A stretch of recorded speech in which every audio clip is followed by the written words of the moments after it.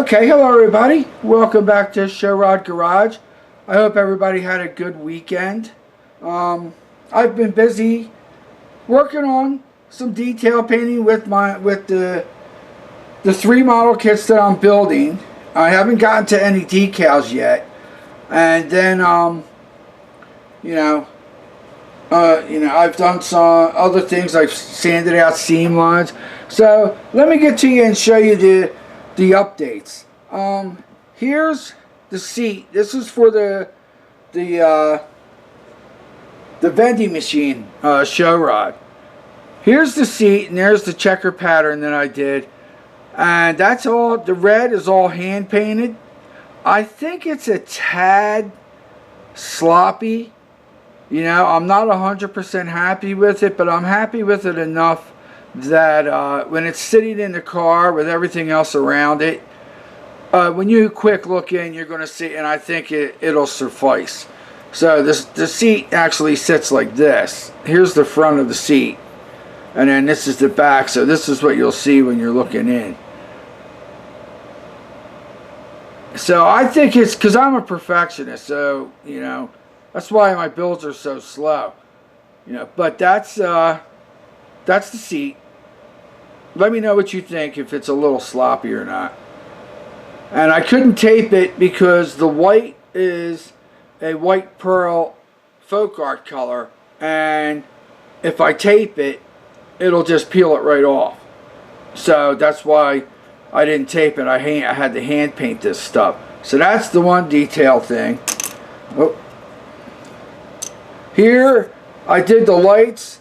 The red is Testors, not Testors, I'm sorry, of Tamiya XF something. I don't have the number on hand, but it's the first time that I airbrushed any of the Tamiya paints. And then if you see the very end, I had to hand paint that with a detail brush. The silver at the end. So there's a silver ring at the very end of the light, and then the inside of the light I painted silver, and that's with a the army painter shining silver. Yeah, shining silver. So that's with army painter. I like the army painter paints. They're a pain when you want to airbrush them, and you don't get a lot. They're like the little Vallejo bottles. And I don't know if I'll use all the colors, but when you hand paint them, they go down really nice. Really nice. And they don't come off real easy like the craft acrylics do. So there's the lights. Here I'll just show you the back of the door, or back of the interior, and one of the side doors, because the other side door looks the same. So I had to hand paint that red, and I couldn't tape it again because the white is a pearl white folk art color. So I hand painted that red, but this time this red is a gloss red. I had to put 2 coats on, and it's this Aztec opaque red, and it's a gloss red.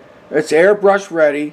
You can't hand paint the pearls, but you can hand paint the opaque. You can hand paint those as well as you can airbrush them. You know, they have a tendency to get tip dry really fast. So that's the only problem with airbrushing them. But I still like them. I'm going to hold on to them. But yeah, that's what it looks like. The white dots, I'll say, because some people, they want to know. So the white dots real fast is done with this pen. And this pen is, you'll be able to see here, if it'll focus. I think it focused. It's, if not, it says Uniball Signo, S-I-G-N-O brand. And I got these from Amazon. They're made in Japan, and it's by the Mitsubishi Pencil Company, Ltd., made in Japan. And it's their Signo, S-I-G-N-O. And I got these off of Amazon. You can get it in white, you can get it gold, and you can get it silver. And this is the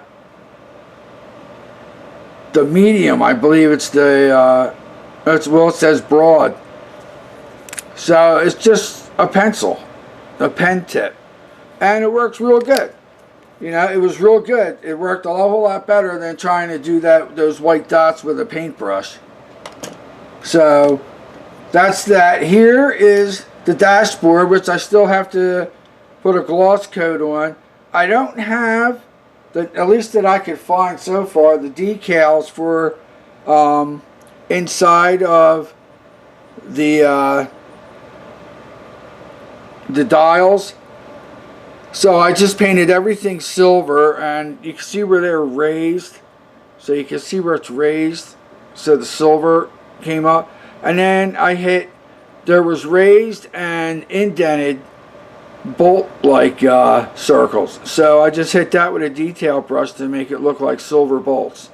And then I painted, and the whole thing was painted to look like wood. So I'll give this a gloss coat, and when I give this a gloss coat, that wood will really pop and really look nice. And I think this wood color, the way I did this wood, it came out nice. I also did wood. Here's the body. I did wood on the floor of the body, and it came out a little dark, but it still looks okay. If you can see there, it still looks okay. But you know, it could be a little bit lighter to match that the dashboard. But what are you gonna do? The whole body's been painted, and it's been hit with the Folk Art Pearl, and then I hit it with the testers, and that was kind of gave me a hard time, but it worked out. It's smooth and all that. Then I painted the rear trunk part, and that's brush painted, that's hand painted, and that's with the Aztec Testors Aztec paint as well. So that came out real nice, and that's going to look good once that's done.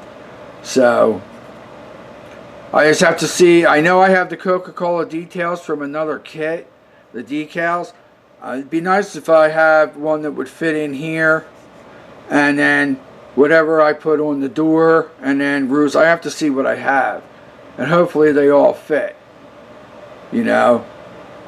So that's what's going on with the body. Here I'm a little concerned, but I'm going to keep on going with it.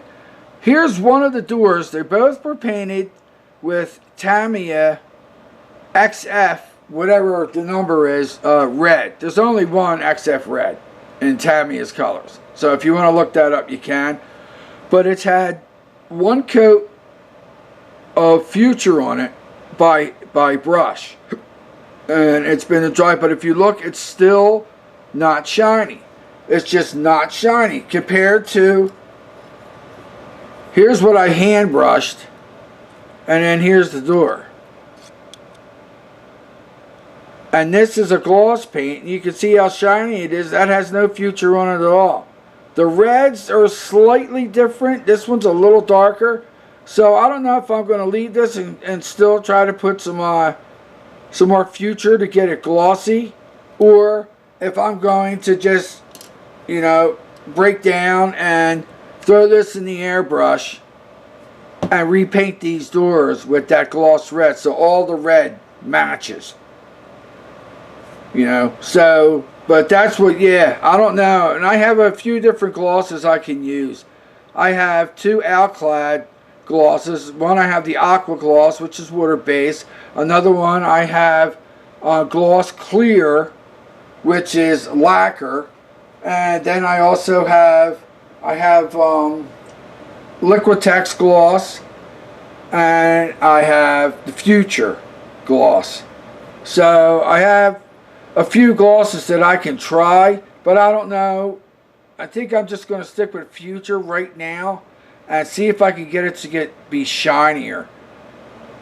You know, I'm having a problem with that because I'm using flats. I think flat may not be the color to order if you're going to be doing cars and you want a shiny outcome.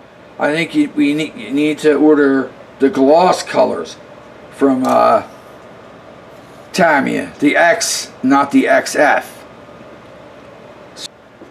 And here I painted the underneath here, that hit that with red. So this is the roof of the vending machine. And here's what I was talking about when I was, trying to help Steve out. Here's what I was talking about this roof. See, I'm going to have to work with sanding some of this, because I can push it down and have it be smooth. But if you look up here in the front, if that's in focus, the front, it lifts up a little bit. It's raised. No matter how much I push it down, it's raised just like a hair. So that needs to be sanded so that it goes more flat. And then the way it is on the box, all this, there's no seam. So that would have to be filled in with putty to make it like it's a fiberglass body and it's all one piece. That's the tricky part. That's going to be a pain and what's going to take the longest, because it's raised in the back and in the front. I can push down the center and make it even, but it's raised in the back. It's raised right here at the very edge. If you can see that on both sides, and the same way on the front. It's raised in the front. Even if I push it down, it's still raised. So that's just a matter of sanding this in here. Sanding this to get this, down, and then, maybe it'll sit lower. Or I could sand this part.